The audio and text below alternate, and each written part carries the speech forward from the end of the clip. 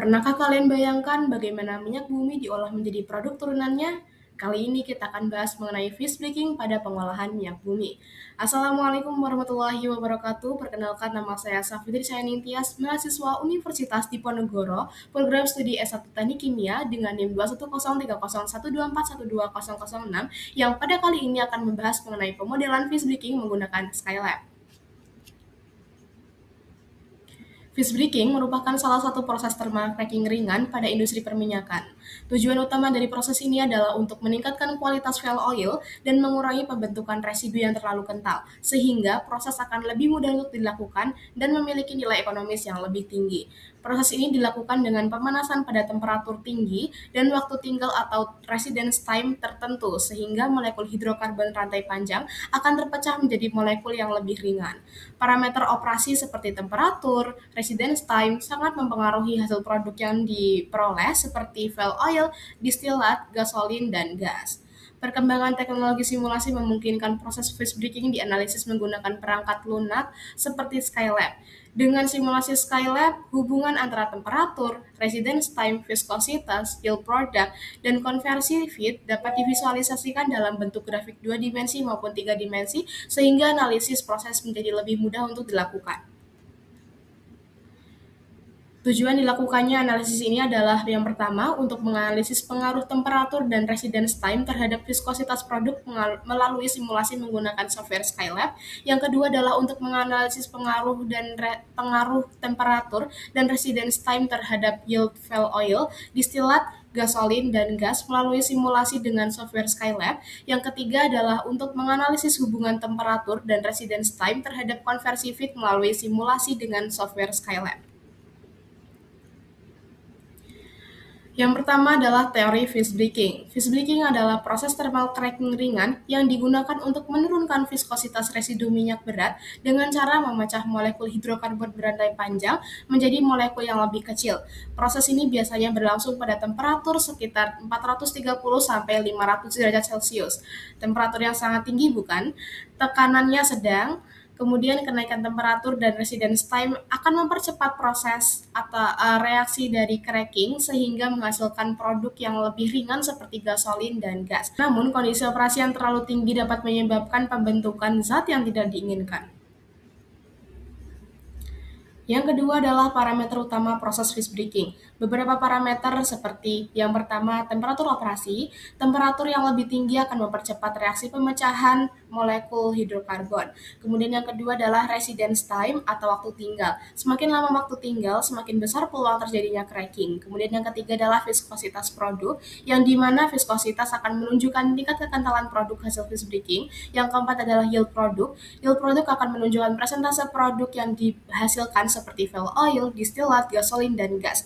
Yang kelima adalah konversi feed, yang mana akan menunjukkan jumlah feed yang berhasil dikonversi menjadi produk yang lebih ringan atau fuel oil. Kemudian yang ketiga adalah Skylab. Skylab merupakan software komputasi numerik yang digunakan untuk simulasi matematis, pemodelan proses, dan visualisasi data teknik sehingga memungkinkan analisis dan visualisasi kondisi proses fish breaking. Berikut adalah proses flow diagram dari fish breaking. Yang pertama, feed minyak berat akan masuk ke dalam heat exchanger untuk dipanaskan sebelum masuk ke dalam furnace. Kemudian masuk ke dalam furnace akan dipanaskan pada suhu 480 derajat Celcius. Pada tahap ini, mulai terjadi proses thermal cracking, yaitu pemecahan molekul hidrokarbon berat menjadi molekul hidrokarbon yang lebih ringan. Kemudian setelah dipanaskan, akan masuk ke dalam tahap quench, yang dimana terjadi proses pendinginan secara cepat. Setelah memasuki tahap quench, akan masuk ke dalam fractionator untuk dipisahkan berdasarkan titik didihnya, atau di sini terdapat proses distilasi. Dari fractionator dihasilkan beberapa produk. Yang pertama adalah gas pada bagian atas, kemudian di bawahnya ada gasolin, kemudian yang di bawahnya lagi adalah gas oil, dan yang terakhir paling bawah adalah fish breaking residue. Selanjutnya adalah hasil dan pembahasan. Untuk skrip Skylab yang saya gunakan dapat di-scan melalui QR berikut. Selanjutnya adalah analisis visual melalui grafik. Dari Skylab yang saya gunakan untuk simulasi fish breaking diperoleh beberapa grafik sebagai berikut. Yang pertama adalah grafik viskositas produk terhadap residence time dan temperatur. Dapat dilihat dari kedua grafik, yang pertama adalah grafik viskositas produk versus temperatur, dan yang kedua adalah viskositas produk versus residence time. Dari kedua grafik ini dapat disimpulkan bahwasanya viskositas produk menurun seiring bertambahnya residence time dan kenaikan temperatur.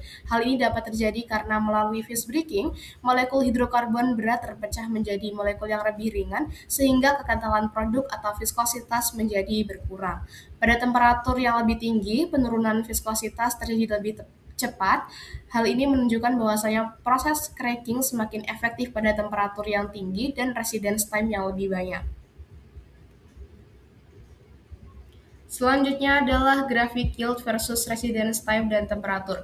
Pada deret bagian atas terdapat gambar grafik yang menunjukkan hubungan antara yield dengan temperatur, yang dimana hubungan antara yield dan temperatur ini menunjukkan sebuah hubungan yang berbanding lurus tetapi eksponensial. Kemudian yang kedua adalah pada bagian bawah, deret bawah, terdapat grafik yang menunjukkan adanya hubungan yield versus residence time, yang dimana juga menunjukkan hubungan yang linear atau berbanding lurus antara yield yang dihasilkan dengan residence time yang dibutuhkan.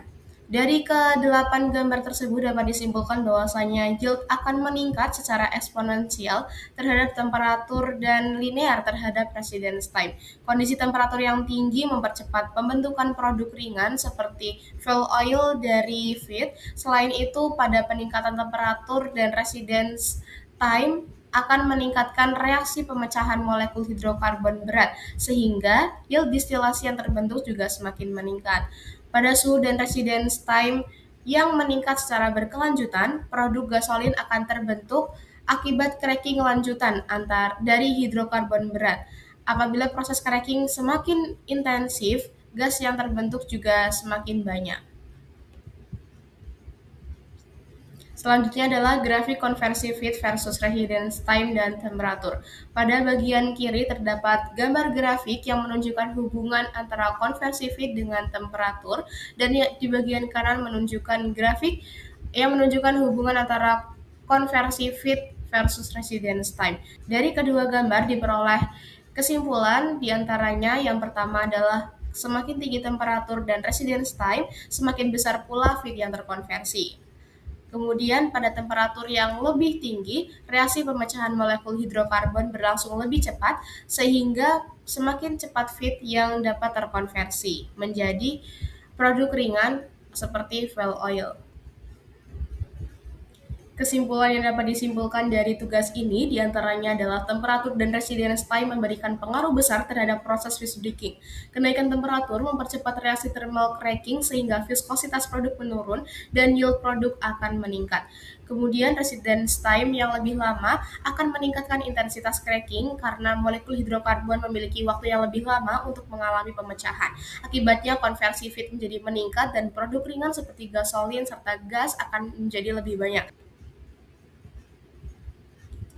Baik, demikian yang dapat saya sampaikan pada presentasi kali ini. Saya mohon maaf apabila terdapat kesalahan dalam pengucapan maupun perbuatan, serta kekurangan-kekurangan lain. Saya mengucapkan terima kasih banyak atas perhatiannya.